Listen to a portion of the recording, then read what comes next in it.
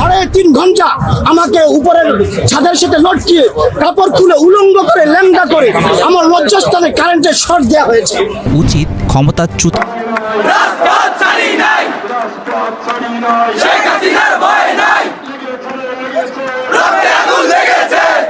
এরপরেও যারা বাংলাদেশে কিছু কিছু মানুষ রাস্তাঘাটে গলাবাজি ছাপাবাজি করে থাকে, মাঝে মাঝে শোনা যায় গোপালগঞ্জে বড় বড় মিছিল করে থাকে, মানুষ ভাড়া করে এনে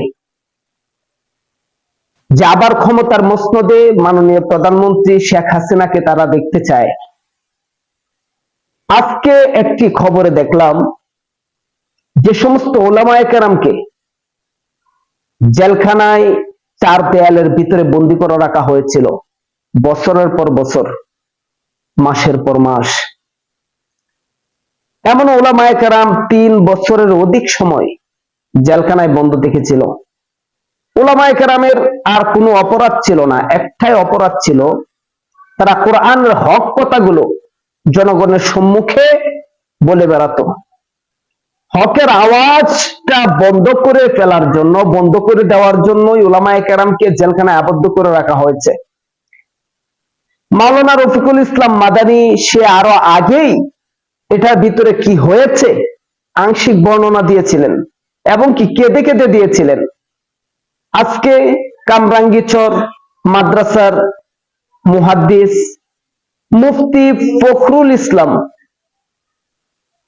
হাফিজাহুল্লাহ উনি আরো স্পষ্টকাতর ভাবে এই কথাগুলা উল্লেখ করেছেন যে প্রত্যেকটি আলেমকে নায়েবে নবী, নবীদের ওয়ারিসান যে সমস্ত ওলামায়ে কেরাম, ওই সমস্ত ওলামায়ে কেরামকে আয়নাগরের ভিতরে উল্টো করে লটকিয়ে কাপড় খুলে লজ্জাস্থানে কারেন্টের শর্ট দেওয়া হয়েছে এবং কি 41 জন মানুষ এমন রয়েছে যাদেরকে শেখ হাসিনা আয়নাগরের ভিতরে নিজের হাতে জবাই করেছে।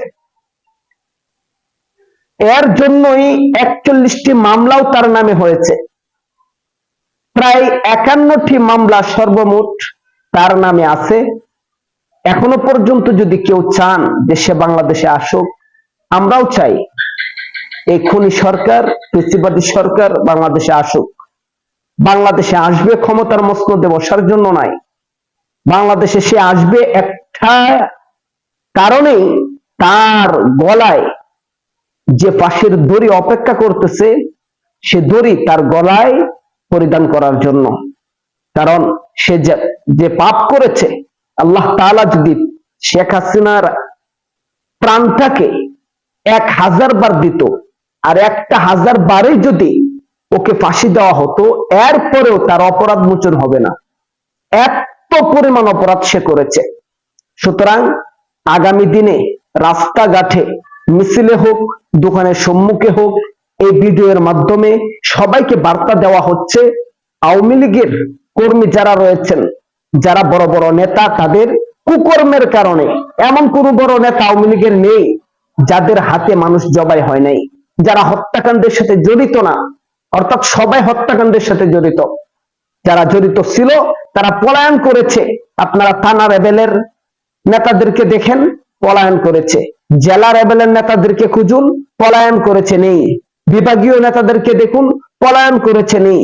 এবং কি এমপি মন্ত্রী পদে যারা ছিল, সালমান এফ রহমান, আবার আনিসুল হক, ও তো সালমান এফ রহমান দাড়ি কেটে, দাড়ি শেষে এরপর নৌকায় করে দেশ থেকে পলায়ন করার চেষ্টা করেছিল ব্যাগ ভর্তি টাকা নিয়ে, কিন্তু পারে নাই।